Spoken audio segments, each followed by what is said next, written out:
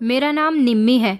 मैं अपना सामान पैक करके अभी अभी अपनी गाड़ी से इस बिल्डिंग के पास आई थी, क्योंकि मैं अभी अभी यहाँ पर शिफ्ट हुई थी। मैंने यहाँ पर एक फ्लैट रेंट पर लिया था। मैं एक स्टूडेंट थी। मेरी फैमिली दूसरे शहर में रहती थी। मैं इस शहर में अपनी पढ़ाई कंप्लीट करने के लिए आई हुई थी। काफ़ी टाइम से मैं दूसरे बिल्डिंग में रह रही थी, मगर वहाँ पर मुझे रहने में काफ़ी दिक्कत का सामना करना पड़ रहा था। किसी ने मुझे यहाँ के बारे में बताया, इसलिए मैंने यहाँ पर एक फ्लैट रेंट पर ले लिया। ये बिल्डिंग बहुत अच्छी थी, बहुत बड़ी थी। इसके कई अपार्टमेंट बने हुए थे। इस बिल्डिंग में कुछ लोगों के अपने फ्लैट भी थे, तो कुछ लोगों ने अपने फ्लैट रेंट पर दिए हुए थे। मैंने सोचा था कि मैं यहाँ पर सुकून से रह सकूंगी, लेकिन इस बिल्डिंग में पहला कदम रखते ही मैंने देखा था कि यहाँ पर काफ़ी शोर शराबा मचा हुआ था। पुलिस भी आई हुई थी। एजेंट ने मुझे इस फ्लैट के फ़ोटो दिखा दिए थे, जबकि ये फ्लैट मुझे मेरे एक दोस्त ने दिलवाया था। उसने ये फ्लैट देखा हुआ था और वो यहाँ के सारे लोगों को जानता था। मैं यहाँ पर पहली बार आई थी, क्योंकि इससे पहले रेंट के पैसे और एडवांस हर चीज़ की इन्फॉर्मेशन मुझे एजेंट के थ्रू मिल गई थी। आज यहाँ पर भीड़ लगी हुई थी। काफ़ी सारे लोग इकट्ठा थे। बाहर कंपाउंड में ही काफ़ी सारे लोग खड़े हुए थे। न जाने किस बात का शोर था। मैंने भी अपना सामान एक तरफ रखकर भीड़ के बीच में जाने की कोशिश की। मैंने सोचा कि मैं भी जानने की कोशिश करती हूँ कि आखिर किस बात का शोर लगा हुआ है। जैसे ही मैं आगे की तरफ बढ़ी तो मैंने ये देखा कि एक आदमी और एक औरत बिलख बिलख कर रो रहे थे। एक बूढ़ा आदमी था, लगभग उसकी उम्र 65 साल होगी। वो बूढ़ा इन दोनों को तसल्ली दे रहा था। ये लोग कौन थे और वो बूढ़ा आदमी इनका क्या लगता था? मैं तो अभी यहाँ नई नई आई थी, इसलिए कुछ नहीं जानती थी। ये लोग क्यों रो रहे थे? पुलिस इन लोगों से इतने सारे सवाल जवाब क्यों कर रही थी? ये बात मैंने वहाँ मौजूद आसपास के लोगों से पूछी थी, तो वहाँ पर मौजूद एक अंकल ने बताया कि पिछले 15 दिन पहले इनकी बेटी गायब हो गई है। इन दोनों पति पत्नी की इकलौती ही बेटी थी श्रेया। उसकी उम्र लगभग 16 साल है। खूबसूरत लड़की है, 10th स्टैंडर्ड में पढ़ती है। पढ़ाई में भी काफ़ी इंटेलिजेंट थी। अपनी इकलौती बेटी के गायब हो जाने से ये लोग बहुत दुखी हैं। पुलिस में भी इन्होंने 24 घंटे के बाद ही कंप्लेंट दर्ज कर दी थी, मगर पुलिस भी उनकी बेटी को नहीं ढूंढ पा रही। पुलिस ने हर तरह की कोशिश करके देख ली। पुलिस को जिस पर शक है उससे पूछताछ भी कर ली गई। पुलिस को लगता है कि इस बिल्डिंग के लोग ही उनकी बेटी को किडनैप कर सकते हैं, मगर यहाँ तो किसी ने भी उनकी बेटी को किडनैप नहीं किया, क्योंकि जो भी आरोपी होता वो पुलिस के सवाल जवाब पूछने पर पुलिस को शक में डालने पर मजबूर कर देता। लेकिन जिस दिन से पुलिस ने सब लोगों से बात की है, पुलिस को लगता ही नहीं है कि उनकी बेटी को बिल्डिंग के ही लोगों ने किडनैप किया है। पता नहीं उनकी बेटी किडनैप की गई है या फिर कहीं चली गई है या फिर कोई और बात है। मैंने पीछे मुड़कर देखा तो अभी भी शोर शराबा, रोना पीटना मचा हुआ था। मुझे उन दोनों पति पत्नी पर काफ़ी तरस आया था। मैं अपना सामान लेकर अपने फ्लैट में चली आई थी और मैंने अपना सामान वगैरह सेट कर लिया था। ये फ्लैट तो सच में अंदर से बहुत खूबसूरत था। यहाँ पर मेरा अच्छा मन लग रहा था। सामने ही फ्रंट पर एक बड़ी सी गैलरी खुली हुई थी, जहाँ पर ताज़ी ताज़ी ठंडी हवा आ रही थी। 2 दिन तक तो मैंने आराम किया था, क्योंकि मेरे कॉलेज की छुट्टियाँ चल रही थी और मैं यहाँ पर सामान शिफ्ट करने के चक्कर में बहुत ज़्यादा थक भी गई थी। मगर मैं देख रही थी कि हर रोज़ यहाँ पर पुलिस आ रही थी। वो दोनों पति पत्नी बहुत शोर शराबा करते थे। अभी तक उनकी बेटी नहीं मिली थी। छुट्टियां खत्म होने के बाद जब मैं कॉलेज गई तो मैंने देखा कि मेरे सारे ही फ्रेंड्स मेरा बड़ी बेसब्री से इंतज़ार कर रहे थे। ऐसा इसलिए था क्योंकि मैं इस नए फ्लैट में आने की वजह से ये बात तो भूल ही गई थी कि मेरा बर्थडे है। मगर मेरे फ्रेंड्स बहुत अच्छे थे। सब लोगों ने मिलकर मेरा बर्थडे अच्छी तरह से सेलिब्रेट किया था। इनमें कुछ लड़कियां और लड़के भी मेरे दोस्त थे। हर अच्छे बुरे वक्त में इन लोगों ने मेरा साथ दिया था। मैं इस शहर में पिछले 3 साल पहले आई थी। मेरे पेरेंट्स से मेरी हमेशा फ़ोन पर बात होती रहती थी। वो लोग मेरे हालचाल लेते रहते थे और जब 1 महीने की कॉलेज की छुट्टियां होती थी तो मैं अपने घर अपनी फैमिली के पास चली जाती थी। वहाँ पर उन लोगों के साथ मेरा अच्छा टाइम स्पेंड होता था। वैसे तो मैं एक मिडिल क्लास फैमिली से बिलोंग करती थी। मेरी 2 बहनें और 2 भाई थे। मेरे पापा ने कभी मुझे किसी बात के लिए रोक टोक नहीं की थी। मेरी दोनों बहनों की शादी हो चुकी थी। मेरे दोनों ही भाई मुझसे छोटे थे। वो भी बहुत अच्छे थे। कभी कभी उन लोगों का इस शहर में आना होता तो वो लोग मुझसे मिलकर ज़रूर जाते थे। मैं अपने पापा की लाडली थी, इसीलिए उन्होंने मेरे जिद करने पर मुझे इस शहर में पढ़ने के लिए भेज दिया था। मेरी मम्मी पापा को मुझ पर हमेशा से ही बहुत भरोसा रहा था, तभी तो मैं उनसे इतनी दूर रह रही थी। मगर मैंने भी सोच लिया था कि मैं कभी भी उन लोगों का भरोसा नहीं टूटने दूंगी। लेकिन मेरे कॉलेज में एक लड़का पढ़ता था जो मुझे पसंद करता था। कई बार उसने मुझे प्रपोज किया था, मगर मैंने उसका प्रपोजल अभी तक एक्सेप्ट ही नहीं किया था। मैं उसे कभी कोई जवाब ही नहीं देती थी। अभी तो मुझे सिर्फ और सिर्फ अपनी पढ़ाई पर ध्यान देना था और अभी ये मेरी एजुकेशन कंप्लीट होने के पूरे 3 साल बाकी थे। इन बाकी के 3 सालों में मैं कोई ऐसा काम नहीं कर सकती थी जिससे मेरे पेरेंट्स को बुरा लगे। वो लड़का मुझे पसंद करता था, मगर मैं उसे पसंद नहीं करती थी और हम लोगों की एजुकेशन भी साथ साथ कंप्लीट होनी थी। कॉलेज में मेरा दिन मेरे दोस्तों के साथ बहुत अच्छा गुजरता था और जब मैं अपने फ्लैट में आती तो पूरी तरह से अकेली हो जाती थी।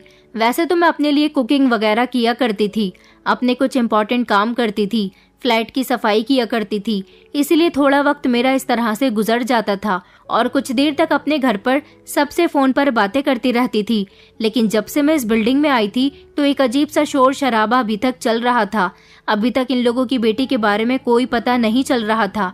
मैं सोच रही थी कि न जाने हमारे पुलिस सिस्टम को क्या हो गया है। एक लड़की को अभी तक इन लोगों ने नहीं ढूंढ निकाला। न जाने उस बेचारी बच्ची के साथ क्या हो रहा होगा, वो कहाँ होगी, किस मुसीबत से गुजर रही होगी। कुछ लोग ये भी बातें कर रहे थे कि वो किसी लड़के के साथ भी भाग सकती है। हाँ, ऐसा हो सकता है। क्या पता वो किसी लड़के को पसंद करती हो, मगर वो किसी लड़के को पसंद करती तो उसके पेरेंट्स पुलिस को इस बारे में जरूर बताते। लेकिन उसके पेरेंट्स तो रो रो कर लगातार यही कह रहे थे कि उनको शक है कि उनकी बेटी को किसी ने अगवा कर लिया है। मुझे अब इन लोगों से बहुत हमदर्दी होने लगी थी, क्योंकि मुझे इस बिल्डिंग में रहते हुए लगभग 20 दिन गुजर गए थे और मेरे यहाँ आने से भी 15 दिन पहले से इन लोगों की बेटी गायब थी। माता पिता की बहुत बुरी कंडीशन थी। मैंने सोचा कि मुझे इनके घर पर इनका दुख बांटने के लिए जाना चाहिए। आखिरकार इंसान ही इंसान की परेशानी समझता है। वैसे भी मेरे मम्मी पापा ने मुझे हमेशा से ही अच्छे संस्कार दिए थे। मैं जितनी इंटेलिजेंट थी उतनी ही संस्कारी बेटी भी थी, उतनी ही समझदार भी थी और उतनी ही लोगों की परवाह करने वाली थी। मेरे पेरेंट्स ने हमेशा मुझे यही सिखाया था कि परेशान लोगों की मदद किया करो और गरीबों की भी मदद किया करो। हक के खिलाफ बोलना सीखो, अपना इंसाफ खुद लेना सीखो। मैं एक ऐसी लड़की थी जो कभी किसी के आगे झुकती नहीं थी। जो मेरे साथ अच्छे तरीके से पेश आता था मैं उसके साथ अच्छी रहती थी, और जो मेरे साथ गलत तरीके से पेश आता था मैं उसके लिए उतनी गलत बन जाती थी कि जब तक उसे मजा नहीं चखा देती तब तक पीछे नहीं हटती थी। मैं इन लोगों से मिलने के लिए चली गई थी और मैंने आकर उन लोगों को अपने बारे में बताया कि मैं अभी कुछ दिनों पहले ही इस बिल्डिंग में शिफ्ट हुई हूँ। 5th फ्लोर पर मेरा फ्लैट है। मैं एक स्टूडेंट हूँ और यहाँ की एक कॉलेज में पढ़ती हूँ। मैंने देखा था कि वो लोग अभी भी अपनी बेटी के लिए बेचैन थे। आखिरकार उनकी इकलौती बेटी गायब हुई थी। उनकी तकलीफ का अंदाजा शायद कोई नहीं लगा सकता था। उस लड़की की माँ मेरे सामने बहुत रो रही थी और कह रही थी कि वो कुछ भी करके अपनी बेटी को ढूंढना चाहती है। कहीं ऐसा न हो कि देर हो जाए और उनकी बेटी किसी बड़ी मुसीबत का शिकार हो जाए। मगर उनकी मदद तो कोई भी करने के लिए तैयार नहीं था। पुलिस भी उनकी कोई मदद नहीं कर पा रही थी। वैसे तो पुलिस अपना काम कर रही थी, लेकिन अभी पुलिस किसी नतीजे पर नहीं पहुंची थी। मैंने उनसे पूछा था कि आखिर आपकी बेटी किस समय, कब और कैसे गायब हुई, तो उन्होंने मुझे बताया कि उनकी बेटी अपने स्कूल से आ जाने के बाद कुछ नोट्स तैयार करने के लिए सामने वाले अपार्टमेंट में अपनी दोस्त के फ्लैट में गई थी। ये दोनों लड़कियां साथ ही स्कूल जाया करती थी, एक दूसरे की बेस्ट फ्रेंड्स थी। मगर वहां जाने के बाद उनकी बेटी वापस ही नहीं आई। उन लोगों ने उससे भी पूछताछ कर ली थी। उस लड़की ने बताया था कि श्रेया काफी देर तक उसके पास बैठी रही थी, उससे बातचीत करती रही। दोनों ने काफी देर तक पढ़ाई भी की थी और उसके बाद वो अपनी दोस्त के घर से चली तो गई थी, मगर अपने घर तक नहीं पहुंची थी और ना ही उसे किसी ने बिल्डिंग से निकलते हुए देखा था। ये केस बड़ा ही अजीब था। मेरी भी कुछ समझ में नहीं आ रहा था कि इस लड़की को कहीं आते जाते किसी ने देखा भी नहीं और ये गायब भी हो गई। मैंने उनसे पूछा था कि आपकी बेटी बिहेवियर की कैसी थी, पढ़ाई में कैसी थी, तो उन लोगों ने मुझे बताया कि हमारी बेटी पढ़ाई में बहुत इंटेलिजेंट थी, हमेशा अपनी क्लास में फर्स्ट आती थी, उसका नेचर बहुत अच्छा था, हर किसी से इज्जत और प्यार से बात करती थी। आखिरकार हमने उसे अच्छे संस्कार दिए थे, मगर फिर भी ना जाने क्यों हमारी बेटी के साथ ऐसा हो गया। मैंने उन लोगों से ये भी पूछा था कहीं आपकी तो किसी से कोई दुश्मनी तो नहीं है, कहीं आप दोनों पति पत्नी से दुश्मनी निकालने के लिए किसी ने आपकी बेटी को गायब कर लिया हो, ऐसा भी तो हो सकता है। तो उन लोगों ने कहा कि हाँ, आप ठीक कह रही हो, मगर हमारा कोई दुश्मन नहीं है, हम बहुत सिंपल लोग हैं। हम तो यहाँ सिर्फ अपने ही घर में रहते हैं। श्रेया के फादर अपनी नौकरी पर जाते हैं मगर टाइम टू टाइम वापस आ जाते हैं। उनका तो ऑफिस में भी कभी किसी से झगड़ा नहीं हुआ। उसके बाद हम लोग घर के अंदर ही रहते हैं। कभी हॉलिडे में भी हम लोग कहीं नहीं जाते क्योंकि मेरी बेटी अपनी पढ़ाई को लेकर बहुत सीरियस रहती है। ज्यादातर वो अपने कमरे में बंद होकर पढ़ाई करती रहती थी। हमारा कोई दुश्मन नहीं है। हमारी जिंदगी तो अच्छी खासी खुशहाल गुजर रही थी। फिर ना जाने हमारी जिंदगी ने ये कैसा मोड़ ले लिया जिसमें हमारी बेटी ही हमसे अलग हो गई। मैंने उन्हें तसल्ली दी और कहा कि आप फिक्र न करें, आपकी बेटी जरूर मिल जाएगी। अभी मैं इन लोगों के यहाँ बैठी हुई थी, तभी वो 60 साल का बूढ़ा आदमी उनके घर के अंदर आ गया था। जब उसने देखा कि श्रेया की मम्मी रो रही है तो उसने उन्हें तसल्ली दी और कहने लगा कि बेटा रोना बंद करो, तुम्हारे रोने से तुम्हारी हिम्मत टूट रही है, तुम्हें मजबूत रहना है। अपनी बेटी को तलाश करने के लिए तुम सिर्फ प्रार्थना करो। ये पुलिस वाले या ये दुनिया वाले कुछ नहीं कर सकते, जो करेगा वो ऊपर वाला ही करेगा। मुझे तो ये बूढ़ा आदमी कुछ ठीक नहीं लग रहा था क्योंकि इसकी नजरें मुझे किसी किसी वक्त खुद पर पड़ती हुई महसूस हो रही थी। जैसे ही मैं इसे देखती ये नजर बचा लिया करता था। बड़ा ही अजीब आदमी था। मुझे लगा शायद ये इनका कोई रिश्तेदार होगा, मगर उन्होंने बताया कि ये हमारे फ्लैट के जस्ट ऊपर वाले फ्लैट में ही रहते हैं। इनकी पत्नी की मौत हो गई है और बेटा और बहू और पोता पोती भी हैं। बेटे की दूसरे शहर में पोस्टिंग हो जाने की वजह से वो अपनी फैमिली के साथ बाहर रहने लगा, मगर ये यहाँ से नहीं गए। इन्हें तो यहीं का माहौल पसंद है। मेरी बेटी इनसे बहुत लगती थी, इनको दादाजी कहकर पुकारती थी, इसलिए ये मेरी बेटी के लिए बहुत परेशान है। इन्हें भी मेरी बेटी की याद आ रही है। मैंने सोचा चलो अच्छी बात है, अंकल को उनकी बेटी की फिक्र हो रही है, लेकिन मैं काफी दिनों तक इस लड़की के लिए परेशान रही थी। न जाने क्यों मुझे इसके माता पिता से एक अजीब सी अटैचमेंट होने लगी थी। मैं हर रोज उनके घर जाने लगी, उनके सुख दुख बांटने लगी और उनकी बेटी के बारे में जितना हो सके इन्फॉर्मेशन निकालने लगी। मगर मैं परेशान थी तो सिर्फ इस बूढ़े आदमी की वजह से परेशान थी। न जाने क्यों मुझे शक में डालने पर मजबूर कर रहा था और इसी तरह करते करते लगभग 2 महीने गुजर गए थे, मगर अभी तक श्रेया का कोई अता पता नहीं था। मेरे एग्जाम्स आने वाले थे और एग्जाम्स के टाइम में ज्यादातर रातों को जागकर पढ़ाई किया करती थी। दिन में मुझे सिर्फ कॉलेज में ही पढ़ाई करने का टाइम मिलता था या फिर अपने फ्रेंड्स के साथ थोड़ी बहुत बातें कर लिया करती थी। दिन में श्रेया के घर चली जाती थी। उसकी मम्मी का बिहेवियर बहुत अच्छा था। मुझे उन लोगों के घर जाना अच्छा लगता था। पुलिस ने भी अब श्रेया के पेरेंट्स को बोल दिया था कि आपकी बेटी का कोई पता नहीं चल सका, हम कुछ नहीं कर सकते। एक आखिरी उम्मीद उन लोगों को पुलिस से थी और पुलिस भी अब अपने हाथ झाड़ चुकी थी। श्रेया के पेरेंट्स का तो रो रो कर बुरा हाल हो चुका था। अब उन लोगों को यही लगता था कि कभी उनकी बेटी उन्हें वापस नहीं मिलेगी। मुझे भी बेहद अफसोस था कि आखिर इन लोगों के साथ बहुत बुरा हुआ, मगर सोचने वाली बात ये थी कि लड़की गई तो कहाँ गई। ना जाने क्यों मेरा दिमाग एक डिटेक्टिव की तरह सोचने लगा था। मुझे ऐसा लगता था कि हो ना हो श्रेया या तो इस बिल्डिंग में है या फिर दूसरी वाली किसी बिल्डिंग में है। वो यहीं कहीं आसपास ही है, कहीं दूर नहीं है, क्योंकि श्रेया को कॉलोनी के गेट से बाहर जाते हुए किसी ने देखा ही नहीं था। हालांकि वहां पर कैमरास भी लगे हुए थे। पुलिस हर हद तक श्रेया को ढूंढने की कोशिश कर चुकी थी। श्रेया की दोस्त प्रियंका के घर की भी तलाशी ले ली गई थी। श्रेया के मोबाइल की सारी कॉल डिटेल्स भी चेक कर ली गई थी, मगर पुलिस को कोई सुराग नहीं मिल सका था। श्रेया की मम्मी बहुत रोती थी। मैं उनको जाकर तसल्ली दिया करती थी।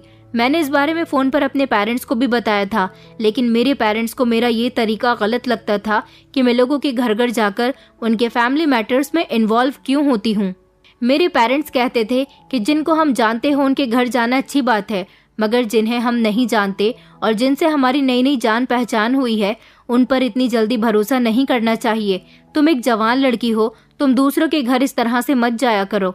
मगर मैंने अपने पेरेंट्स को समझाया था कि मेरा दिल बिल्कुल साफ है, मेरे साथ कभी कुछ गलत नहीं हो सकता, और अगर गलत होगा भी तो मैं जुल्म के खिलाफ लड़ने के लिए पूरी तरह से तैयार हूँ। मेरे भाग्य में जो लिखा होगा वो मेरे साथ हो जाएगा।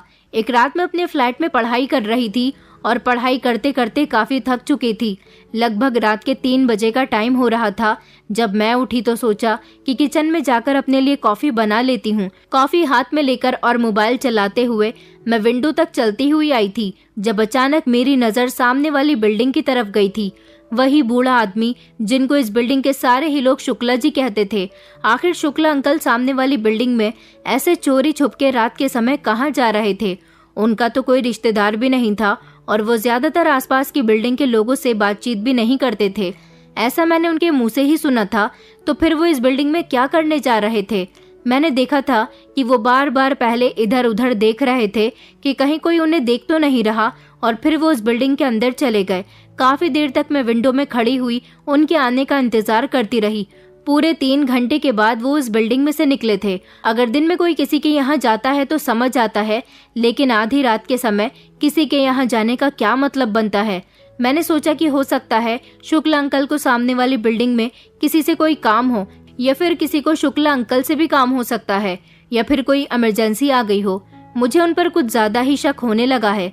फिलहाल मैंने इस बात को अपने दिमाग से झटक दिया था और मैं अपनी पढ़ाई में बिजी हो गई थी। मगर सेम वही सब कुछ मैंने अगले दिन फिर से देखा था कि शुक्ला अंकल फिर से रात के 2 या 3 बजे के बीच में फिर से सामने वाली बिल्डिंग में जा रहे थे, और आज भी वो यही हरकत कर रहे थे। लेकिन आज उनके हाथ में कुछ था। ऐसा लग रहा था जैसे उन्होंने खाने की प्लेट्स पकड़ी हुई हैं और वो ये लेकर बिल्डिंग के अंदर चले गए थे। मगर वो बार बार पीछे की तरफ मुड़कर या इधर उधर मुड़कर देख रहे थे कि कोई उन्हें देख तो नहीं रहा। न जाने क्यों मुझे इस बुढ़े पर अब शक नहीं बल्कि पूरा यकीन होने लगा था कि दाल में जरूर कुछ तो काला है। इस बुढ़े की हरकतें तो वैसे भी मुझे ठीक नहीं लगती थी, और अब तो धीरे धीरे समझ आने लगा था कि ये सामने वाली बिल्डिंग में आकर क्या करने जा रहा है। सुना था कि इसका बेटा इसको हर महीने पैसे भेजता है, इसको बुलाता भी है, मगर ये यहाँ से जाता ही नहीं है। इस आदमी का यहाँ कुछ ज्यादा ही मन लग रहा था। और फिर मुझे ये भी पता चला था कि श्रेया भी इस बुढ़े से कुछ ज्यादा ही अटैच थी। यही हरकत मैंने कई दिन तक देखी थी। मैं अब इस पर नजर रखे हुई थी। हर रात में इसे अपनी खिड़की से सामने वाली बिल्डिंग में जाते हुए देखती थी। रात का टाइम होता था और इसके हाथ में खाने की प्लेट्स जरूर होती थी। शायद ये वहाँ किसी के लिए खाना लेकर जाता होगा, मगर किसके लिए, इसका तो कोई अपना था ही नहीं। उस समय तो वॉचमैन भी सो जाया करते थे, और फिर बिल्डिंग के गेट तो खुले हुए ही होते हैं। आने जाने वाला रात बीच में कैसे भी कहीं भी आ जा सकता है, और ये तो फिर भी यहीं के रहने वाले थे, इसलिए इनको तो कोई रोक टोक भी नहीं कर सकता था। मगर सवाल ये है कि ये शुक्ला अंकल को सामने वाली बिल्डिंग में आधी रात के समय ही काम क्यों आता है। अब मैंने सोच लिया था कि मुझे कुछ ना कुछ तो करना ही होगा। न जाने क्यों मैं खोई खोई सी रहती थी, कंफ्यूज सी रहती थी। मुझे ऐसा लगता था जैसे इस बूढ़े आदमी ने श्रेया के साथ कुछ किया है। कहीं ऐसा तो नहीं कि श्रेया सामने वाली बिल्डिंग में हो, और इसी बिल्डिंग में श्रेया की फ्रेंड प्रियंका भी तो रहती है। जिस दिन श्रेया गायब हुई थी उस दिन वो अपनी फ्रेंड्स के यहाँ नोट्स तैयार करने के लिए गई थी, और फिर वो अपना काम निपटाने के बाद वहाँ से आ गई थी, लेकिन वहाँ से अपने घर नहीं आई और ना ही बिल्डिंग के गेट से बाहर आई। अब मेरा शक यकीन में बदलता जा रहा था। मैं अपनी क्लासरूम में बैठी हुई थी और बड़ी गहरी सोच में बैठी थी, क्योंकि मैं यही सब कुछ सोच रही थी जब अचानक मेरी एक दोस्त ने मुझे झटके से हिलाया और कहने लगी कि तुम्हें क्या हुआ है, क्यों ऐसे रिएक्ट कर रही हो। फिर मैंने उन लोगों को सब कुछ बता दिया कि मैं क्या सोच रही हूँ। मैंने अपने ग्रुप के सारे फ्रेंड्स को ये बात बता दी थी और उन लोगों से कहा था कि यार वो मासूम बच्ची सिर्फ 16 साल की है और वो 65 साल का बूढ़ा आदमी, मुझे तो कुछ गड़बड़ लग रही है।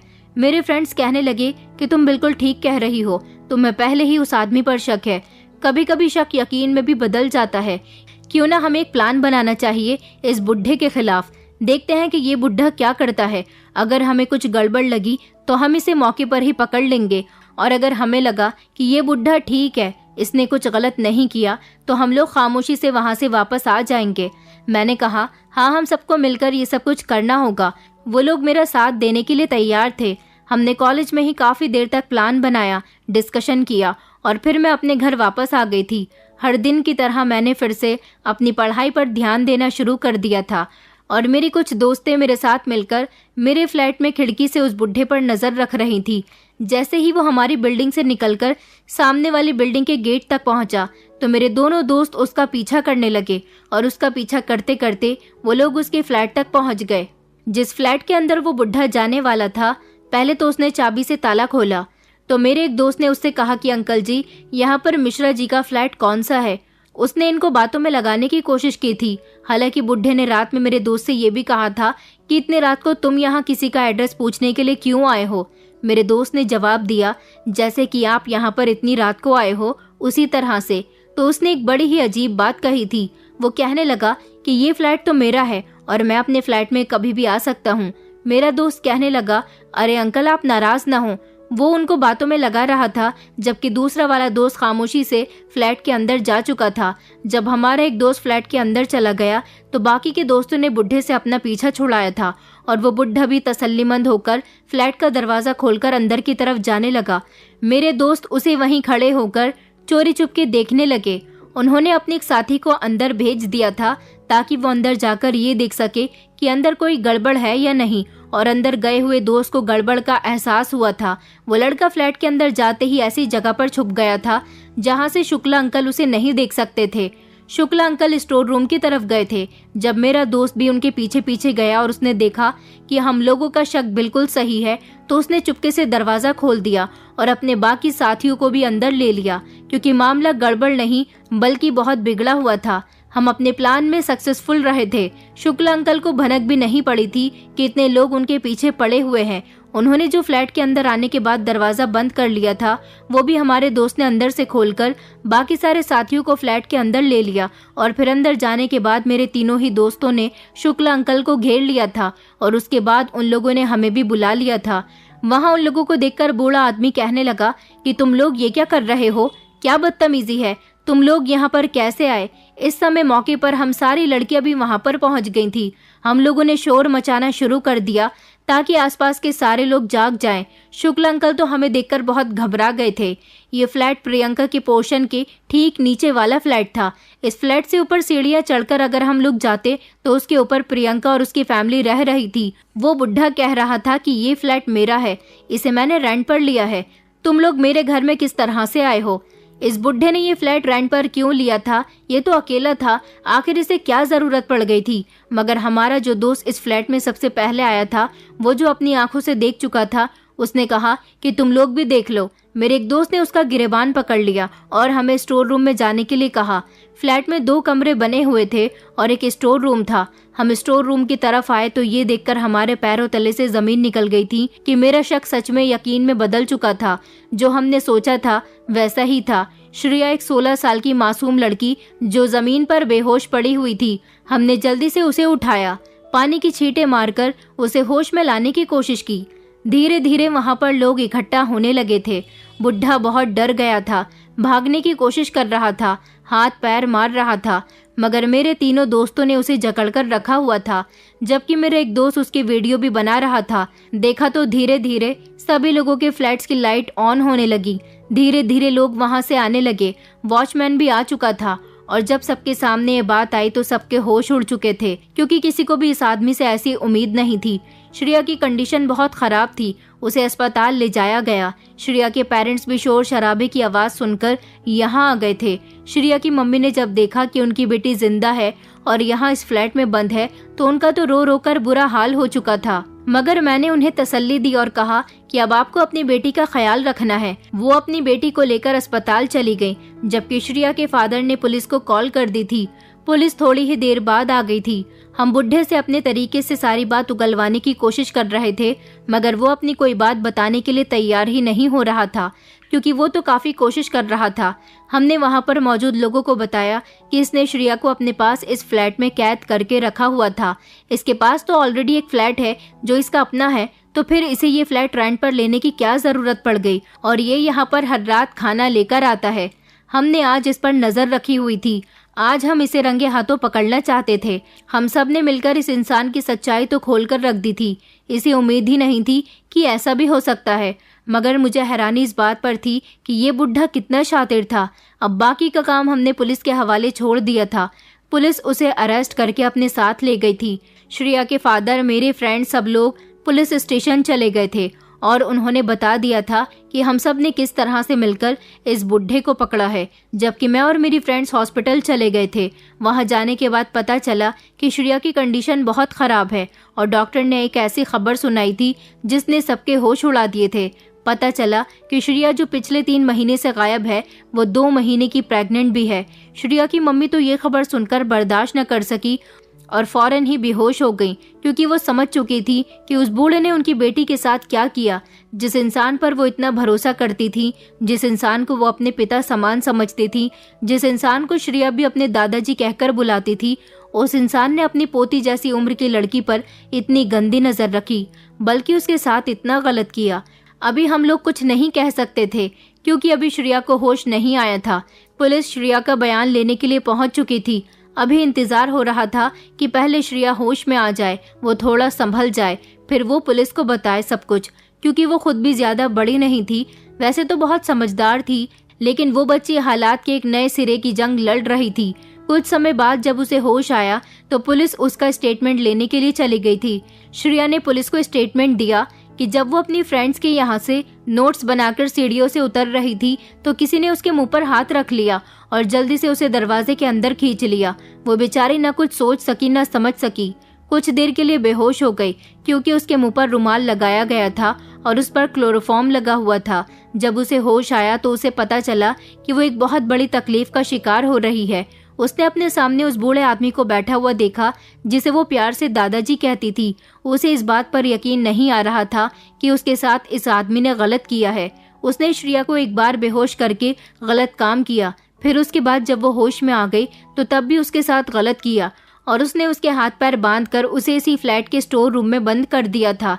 जब तक पुलिस कड़ी इन्वेस्टिगेशन कर रही थी तब तक वो श्रेया के पास नहीं गया और लगातार उसके पेरेंट्स को तसल्ली देता रहा और उनके साथ मिलकर उनकी बेटी को ढूंढता रहा ताकि किसी को उस पर शक न हो। लेकिन जब रात को सब सो जाते हैं तो रात के लगभग 2-3 बजे वो अपनी हवस पूरी करने के लिए श्रेया के पास जाता था। वो बेचारी चिल्ला भी नहीं पाती थी क्योंकि उसके मुंह पर भी कपड़ा बांध दिया गया था। उसे जिंदा रखने के लिए ये रात को अपने घर से खाना प्लेट्स में करके वहां तक ले जाता था, मगर वो उससे बार बार रिक्वेस्ट कर रही थी कि दादाजी मुझे जाने दो। लेकिन वो दरिंदा कहता था कि मेरी तो तुझ पर न जाने कब से नजर है, मगर ऐसा कोई उपाय ही नहीं मिल सका कि मैं तुझे अपने कब्जे में कर सकूं। मैंने तुझे अपने कब्जे में करने के लिए ये फ्लैट रेंट पर लिया। मुझे पता चल गया था कि ऊपर वाले पोर्शन में रहने वाली तेरी दोस्त के यहाँ तू हर दूसरे तीसरे दिन आती जाती रहती है। उस बिल्डिंग में रहकर तो मैं कुछ नहीं कर सकता था। आखिर तेरे माता पिता मुझ पर बहुत भरोसा करते थे, इसीलिए मैंने ये फ्लैट ले लिया और यहाँ पर इस काम को अंजाम देने लगा। यही सब उस बूढ़े आदमी ने भी पुलिस की पिटाई से उगल दिया था। शुक्ल अंकल एक बड़ा ही घिनौना इंसान था। उसने पुलिस को अपना बयान दिया। उसने जब से यहाँ पर श्रेया को देखा था उसकी नीयत तभी से उस पर आ गई थी और उसने श्रेया की फैमिली से जान पहचान बढ़ानी शुरू की। वो 2 साल पहले अपने बेटे और बहू के साथ यहाँ पर आया था और उसे श्रेया बहुत अच्छी लगने लगी थी। श्रेया छोटे छोटे स्कर्ट पहनती थी। वो उसके टांगों को बड़ी गौर गौर से देखता था। वो जब ऐसे कपड़े पहनती थी तो उसके शरीर पर अपनी नजरों को जमा देता था। वो शाम के टाइम पर पार्क में अपनी फ्रेंड्स के साथ टाइम स्पेंड करने के लिए जाती थी तो वो उसे घूर घूर कर देखता रहता था। उनके घर जाता तो धीरे धीरे श्रेया के नजदीक आने की कोशिश करता था। वो कभी ये बात समझ ही नहीं पाई कि ये इंसान उस पर गंदी नजर रखता है। न उसके पेरेंट्स कभी ये बात समझ पाए। उन लोगों ने तो इस आदमी पर भरोसा कर लिया था। 1-2 बार इसने श्रेया को कहीं बाहर ले जाने के लिए भी कहा था, मगर कभी श्रेया के पापा उनके साथ चले जाते थे तो कभी श्रेया की मम्मी चली जाती थी। उसे कभी अकेले में श्रेया के साथ वक्त गुजारने का मौका नहीं मिला था। उसे इस बात का गुस्सा रहने लगा था, इसलिए वो काफी समय से सोच रहा था कि वो किस तरह से श्रेया के साथ गलत करे। इसलिए उसने सामने वाली बिल्डिंग में बने हुए एक अपार्टमेंट में फ्लैट रेंट पर ले लिया और उसके बाद वो श्रेया के साथ गलत काम करता रहा। उसे लगता था कि इस बारे में कभी किसी को कुछ पता नहीं चलेगा, लेकिन सच कभी छुपा नहीं रह जाता, एक न एक दिन सामने आ ही जाता है। अब श्रेया उसके बच्चे की मां बनने वाली है। ऐसा नामुमकिन है। श्रेया इस बच्चे को जन्म नहीं दे सकती क्योंकि उसके लिए इस बच्चे को जन्म देना बिल्कुल भी ठीक नहीं है। पुलिस ने इस बूढ़े आदमी को कड़ी से कड़ी सजा दिलवाई थी कि इतनी उम्र में आकर कितना शातिर इंसान था और उसने पुलिस को कितना गुमराह किया। श्रेया के पेरेंट्स हमारे बहुत शुक्रगुजार थे, मगर हम सब ने मिलकर एक अच्छा काम किया था। एक लड़की को उसके पेरेंट्स से मिलवा दिया था। श्रेया अभी 2 महीने की ही प्रेग्नेंट थी, इसलिए दवाइयों से उसका अबॉर्शन कर दिया गया और श्रेया को इस चीज से भी निजात मिल गई थी। मैं आप लोगों से यही कहना चाहूंगी कि किसी भी अनजान पर इतना भरोसा ना करें कि आप उसे अपने परिवार का हिस्सा बना ले। कुछ लोग ऐसे होते हैं जो बिल्कुल भरोसे के लायक नहीं होते। अपने बच्चों की सुरक्षा आपके हाथ में है। जितना हो सके अपने बच्चों को सुरक्षित रखने की कोशिश कीजिए और अपने बच्चों का ख्याल खुद रखें, उन्हें दूसरों के हवाले ना छोड़ें। इस कहानी को काफी साल बीत चुके हैं। मेरी शादी भी हो चुकी है और मेरी शादी उसी लड़के के साथ हुई है जो मुझे कॉलेज में पसंद करता था, क्योंकि जब मैं अपनी एजुकेशन पूरी करने के बाद अपने घर आई तो फौरन ही उसने मेरे घर पर रिश्ता भेज दिया था। ये रिश्ता मेरे पेरेंट्स को बहुत अच्छा लगा था और इस तरह मेरी उसके साथ शादी हो गई। श्रेया और उसकी फैमिली, वो लोग मुझसे कांटेक्ट रखते हैं। श्रेया मुझे अपनी बड़ी बहन मानती है और मैं भी उसका बहनों की तरह ही ख्याल रखती हूँ। वो दोबारा से अपनी जिंदगी की तरफ लौट आई है। दोस्तों, उम्मीद करती हूँ कि आपको हमारी कहानी पसंद आई होगी। कहानी पसंद आई है तो वीडियो को लाइक करें, चैनल पर नए हैं तो चैनल को सब्सक्राइब करें और हाँ, नोटिफिकेशन बेल को जरूर दबाएं ताकि अगली अपडेट सबसे पहले आपको मिले।